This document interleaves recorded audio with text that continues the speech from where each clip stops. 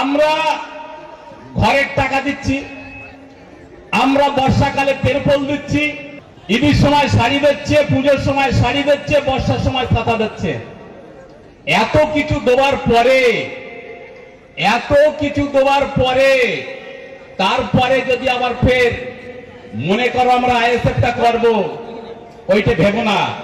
আমরা খেতেও ফলাবো, খামারেও ফলাবো, পরিষ্কার করে বলে যাচ্ছি। পাখির চোখ 2026, 1 বছরের বেশি সময় বাকি নির্বাচনের। হাতে সময় থাকতেই বাক সন্ত্রাসে তেতে উঠছে বাংলার মাটি। দক্ষিণ 24 পরগনার ভাঙড় 2 নম্বর ব্লকের ভোগালী 2 নম্বর গ্রাম পঞ্চায়েতের পশ্চিম কাঠালিয়ায় তৃণমূলের ডাকে শুক্রবার এক কর্মী সম্মেলনের আয়োজন করা হয়। উপস্থিত ছিলেন ক্যানিং পূর্বের বিধায়ক তথা ভাঙড়ের তৃণমূল পর্যবেক্ষক শওকত মোল্লা সহ এক ঝাঁক তৃণমূল নেতৃত্ব। সেখানে বক্তব্য রাখতে গিয়েই আইএসএফকে নিশানা করে এমনই বিস্ফোরক মন্তব্য শওকত মোল্লা ঘনিষ্ঠ তৃণমূল নেতা মোদাচ্ছের হোসেনের। এখানেই শেষ নয়, 2026-এর আগে ভোগালীতে আইএসএফ বলে কিছু রাখা হবে না। প্রকাশ্য মঞ্চে দাঁড়িয়ে এমনই হুঁশিয়ারি অঞ্চল সভাপতি তথা প্রাক্তন পঞ্চায়েত প্রধানের। 2026 সাল আসার আগে আইএসএফ বলে ভোগালীতে আর কিছু রাখা হবে না। এর আগেও একাধিকবার বিতর্কে জড়িয়েছেন তৃণমূল নেতা মোদাচ্ছের হোসেন। কিন্তু প্রশ্ন উঠছে, সরকারি পরিষেবা পাওয়া তো সাধারণ মানুষের মৌলিক অধিকার, সেখানে কেন দেখা হবে রাজনৈতিক রং? একজন জনপ্রতিনিধির মুখে এই ধরনের মন্তব্য কি শোভনীয়? ভাঙড়ের মানুষকে ধমকি চমকি দিয়ে লাভ হবে না, কটাক্ষ ছুঁড়ে দিয়েছে আইএসএফ।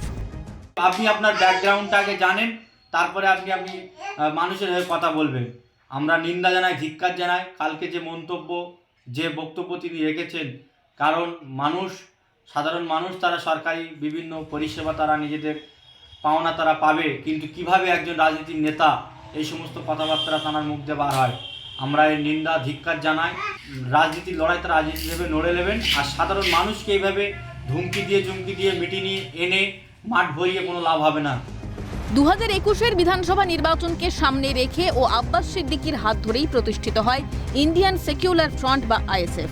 তবে বিধানসভা নির্বাচনের আগেই ভাঙড়ের শক্তি বৃদ্ধি ঘটে আইএসএফের।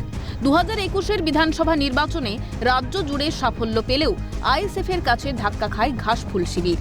বিধানসভা নির্বাচনের মাত্র কয়েক মাস আগে তৈরি হওয়া এই দল ভাঙড় আসনটি ছিনিয়ে নেয় তৃণমূলের কাছ থেকে। তারপর থেকেই বরাবরই ভোটের হটকেক ভাঙড়।